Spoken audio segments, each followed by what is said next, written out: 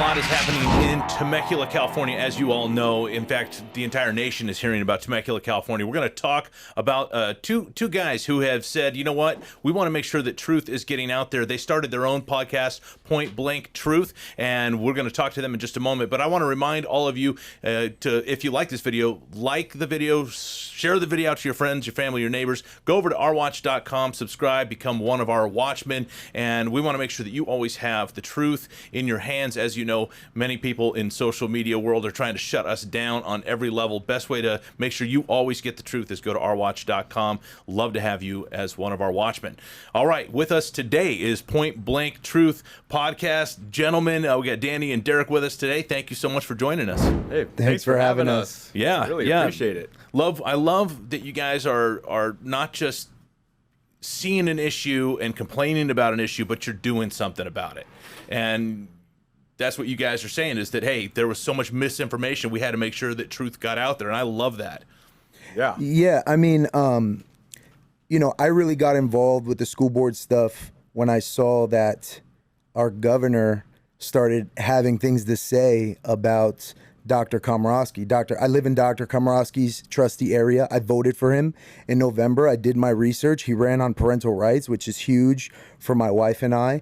And when I see the governor coming out to have an opinion about the local affairs of the city that I live in, we use the democratic process to vote these people in. I decided to come out and get involved in the school board. And the first thing I did was I just sat in the back. I just paid attention, tried to get my bearings about me, see what's going on, what are the sides, what are people saying. And it was probably my third meeting where I decided, okay, this is the position that I'm on. This is where I'm at. But the big thing is Gavin Newsom had a lot to say. For example, the parental involvement for the school curriculum. He did a press conference where he said 98.9% of the parents who were piloted of that program agreed or were neutral to the curriculum, which is not true. It's a lie. It was actually less than 400 people out of the 1,300 students that were in the pilot program. They got, I think it was something closer to 350 pieces of feedback from parents. And that got perpetuated in our community. And I have an issue with our community being lied to. I have an issue with people creating false narratives to misinform people who don't really understand what's going on. I did 9 years in the Marine Corps. I'm a proud veteran, and I think that I believe in the Constitution in America. I believe in the democratic process that exists within our constitutional republic. But I don't think that lies should be used in order to accomplish a goal. And that is basically why I reached out to Derek and decided to start the podcast to provide the information. Obviously, we stand with the board members. We have an opinion, but we want to get to the truth. We don't think that we know the truth or we stand on the truth. We just want to get to it. And the only way to really do that is to interact with the community, interact with people who are involved. So we created our platform, and we've even had Pro Recall guests on the platform to hear their perspective. The other thing that I tell Derek all the time is there's always this boogeyman. You talk to one side and they're scared of the other. You talk to this side, they're scared of the other. It's like, it's more important that we can be neighborly and cordial. We stand in line together at Home Depot. We shop together at Albertsons. We're neighbors. We should be able to have an opposing opinion and still be cordial and respectful with one another. And that's kind of our goal with our platform. So you reached out to Derek. Derek, how did you get involved in all this? Well, I've listened to a lot of podcasts my whole life. I consume a lot of information on things. I find it interesting learning. Now I'm really into history. COVID, that thing really opened my eyes. Before that, I wasn't super political. I like Trump, but I wasn't super, I'm not. They label us as like Trump QAnon people. Right. I don't even follow QAnon. Like, I don't even know. I'm aware of what it is, but I didn't follow it. Yeah. But I actually ran into Danny. So I was at a school board thing, and me and him trained in jiu-jitsu together. But I didn't know that he was really paying attention to what was going on.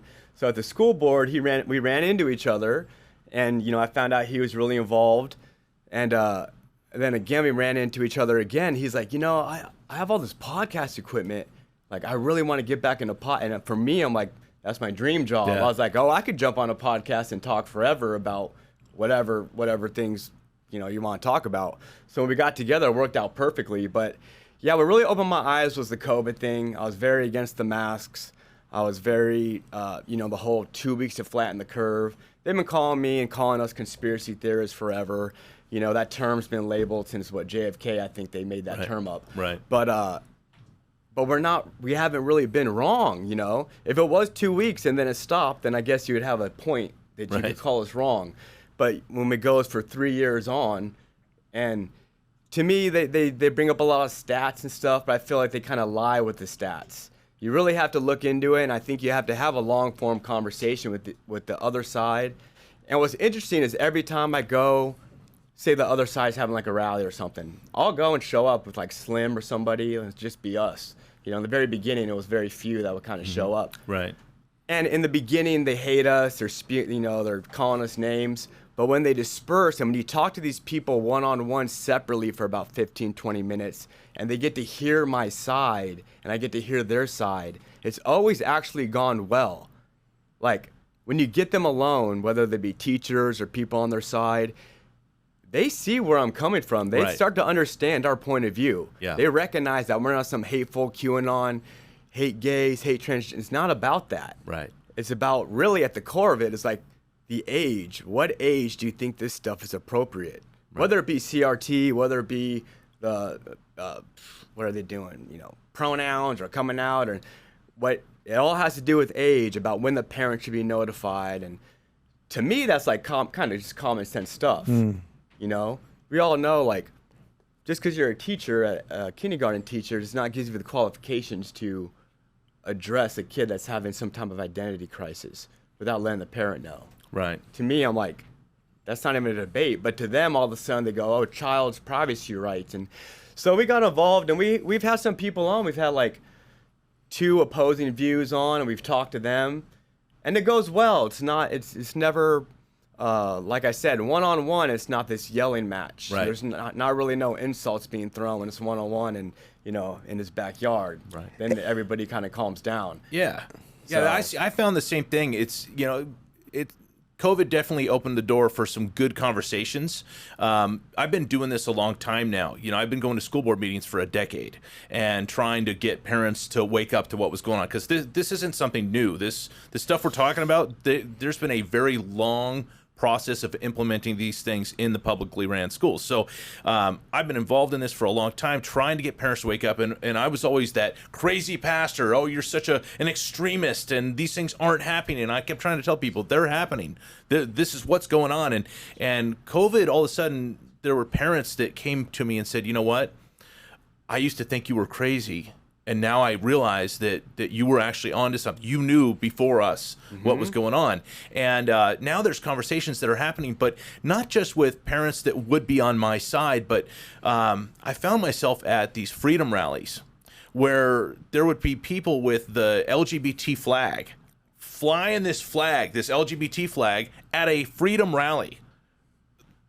And they'd come up and talk to me. And I've had the conversations with them and say, you've been conditioned to believe that somebody like me hates you, huh? And they're like, absolutely. I ask them all the time. I ask them, how much hate do you feel coming from me right now? They're like, actually none. And that is the truth. Is I don't hate anyone, and they have to understand that. And when they'll actually have the conversation, they walk away with a whole different view of who I am as a person, because they see me. I'm a big guy, bald head. They think, oh, you're so intimidating, but really, I'm a big teddy bear. I mean, I'm a grandfather. I have little kids that I love and I cherish, and I have all these kids in the children, hundreds of kids in our children's ministry at church. I love every single one of them.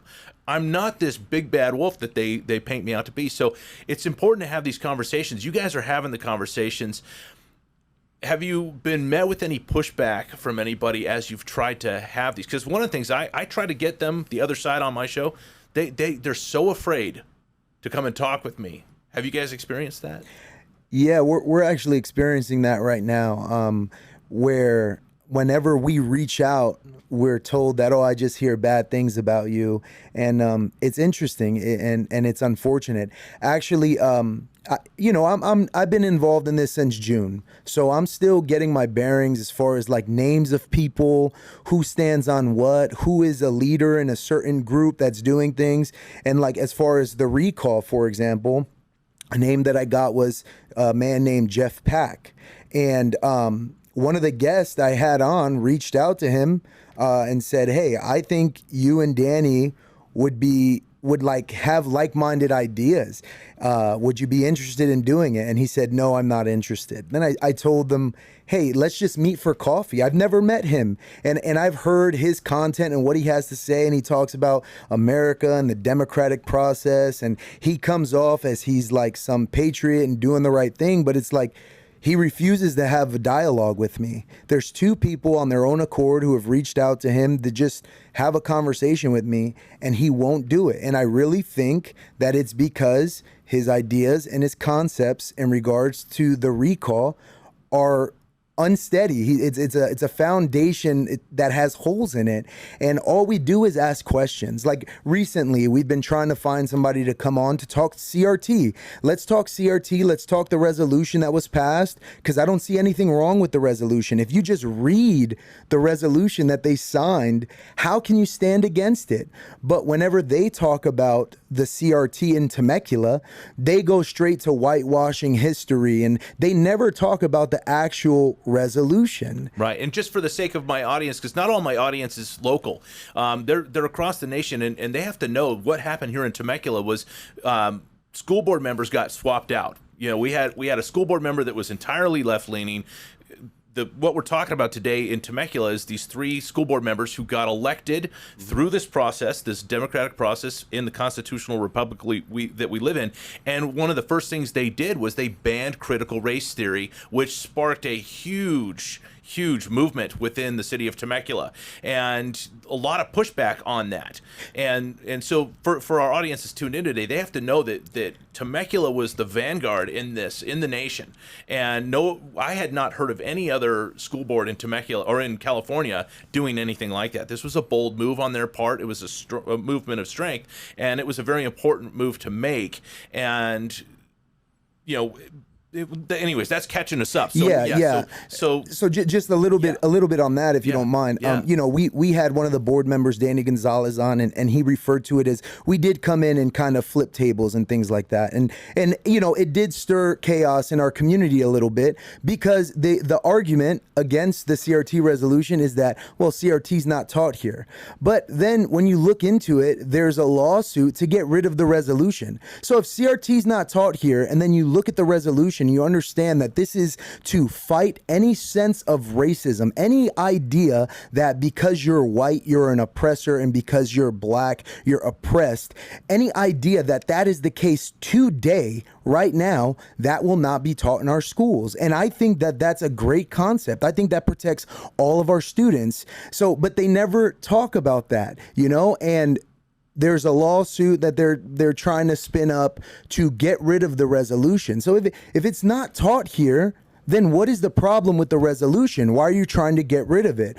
Because it's taught all around. It's trying to be taught. It's an ideology that's being pushed into our society. Right. And the thing is when my neighbor's house is on fire, that doesn't mean that I just sit on the couch and do nothing. No, I get outside and I get a hose, because I don't want my house to catch on fire. And that's exactly what I think these board members did. And it's very simple. When you look at the people who are for the recall, when you listen to their concepts, they never talk about the resolution. Instead, they talk about their perception of what the resolution is doing without actually looking at the document. Right. It's so bizarre to me, because I'm not a conservative. I'm not a progressive. I'm pretty middle. I'm a moderate. But when I look at all this stuff and I see what's going on, I came in trying to be objective from the beginning. Everything that's happening is so bizarre and outlandish. It's concerning. Well, yeah. I mean, obviously, I'm a pastor. I'm coming from a Christian perspective. When I look at what's happening, it's confusing. There's been confusion sewn into our school district. That's it. And Satan is the author of confusion. So, as a Christian, I'm looking at this going, this is a very spiritual thing. And, you talk about their argument that it's not being taught. And I would have to agree that it is not in the curriculum. And that was, what we have to look at is there's a difference between whether or not something's in the curriculum and whether or not it's being taught. Right. Yes. And that's the truth is, yes, it's not in the curriculum, but yes, it's being taught. Right. And I've got video. I actually put video out of, and I got a undercover video of a teacher telling the white kids that because they're white, they can argue with the police when they're pulled over. And if you're a black child or a Mexican child, don't argue because the police are going to beat you up. And saying, you know what that is? That's total privilege. And this is being taught by a white teacher in Temecula Valley. So Yeah, they don't call it a CRT class, though. Right. It's not a CRT class. It doesn't come from a curriculum, but it is a teacher in a position of authority telling the white kids that they have privilege and they can argue with police. And telling the black kids the cops are going to beat you up. As a supporter of law enforcement, I don't like that our teachers are telling the black kids that our cops are going to beat them up. Right. I think that's right to our police officers because we have some incredible law enforcement officers in the Temecula Valley. Oh, 100%. How disparaging to say that that's what they're going to do. They're going to beat up the black kids. Right. Ridiculous. Yeah, and I think that's part of it is even like you said, even though it's not in the curriculum, the teachers have freedom of movement on how they throw spin on history and things like that. And if there's a teacher who really believes in the ideology and the concepts within what CRT is, then without this resolution, they can pass that knowledge onto your children and get them to believe things like that. That every interaction you have with a police officer is going to be negative because of the color of your skin. I think that's such a ridiculous concept. Yeah. And of course, if we look at history and historically and things like that, I'm not saying that racism doesn't exist. I'm not saying that black people haven't been oppressed. I'm not saying that there isn't a systemic issue. I'm not saying that. What I'm saying is that to pass knowledge that gives the assumption that because of the color of your skin, you'll be treated a certain way in today's world is a lie. It's a lie. And what we're doing is we're telling our kids we cannot continue to progress and move forward in our society. If you look at how far we've come over the 200 plus years of our country, yeah, we have a rough past. There have been some questionable things. I don't deny that. But what I'm saying is that we have been making progress to improve on that end. And the concepts within CRT, when teachers teach that to children, it's a roadblock. Right. It's a roadblock to get rid of racism completely. And, I have an issue with it. I personally, I have an issue with it. I have a blended family. My daughter, she has darker skin complexion, and my children, my younger children, they have more of a white skin complexion. So if you're teaching this CRT content to my kids, think about what you're doing to the fabric of my family dynamic. Right. You're basically teaching my daughter that me and her mom are her oppressor, that her siblings are her oppressor, or that my siblings are the oppressor of their older sister. That is ridiculous. And I will plant my flag on this hill and fight against that all day long. Yeah. We have to. We have to. We have to. For the sake of the children, we have to. There's no other choice now. Right. I always kind of found it funny because, our side was kind of always that silent majority. And we kind of held that as a badge of honor for some reason. Yeah. But now we're all kind of realizing, that wasn't good. Doesn't work. During the Trump stuff, Right. Everyone that liked Trump was real quiet about it because they're just so terrified of the pushback, whether it be on social media or getting doxxed. But that was the problem.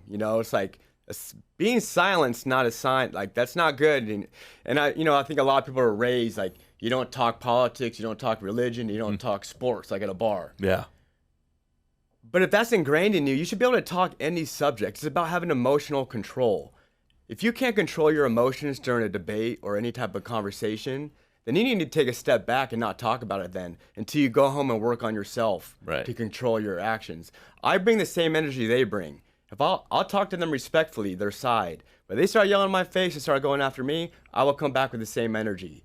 But I don't present that way. They're not used to that, though, from the more conservative side, because the conservative side is, I'm going to be quiet. I'm going to be, I'm not going to get in their face. And I don't know if you guys heard Sarah Huckabee Sanders about a week and a half ago. She came out real strong, and she was saying that, you know, they're basically banning all of this pronoun nonsense in her state. And she said that the left is, you know, they're getting upset over this, but she said, you're going to have to get used to it because we're just getting started. And I thought, man, what a strong statement from Sarah Huckabee Sanders.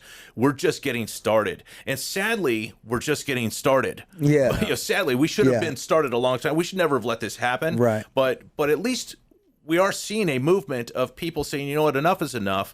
I'm not going to be pushed around anymore. I've got kids. I've got grandkids. I'm not going to let them grow up in an environment where this nonsense is shoved down their throat. I'm not going to let it happen. Yeah, and at the core of it, it causes division. Right. They want what the old saying, order out of chaos. They want the chaos. They want blacks fighting with whites. They want gays fighting with straight. They want Christians fighting with Non-believers. non-believers, whatever they, Right. you know, whatever they believe in. I don't even know. I don't even know if they know.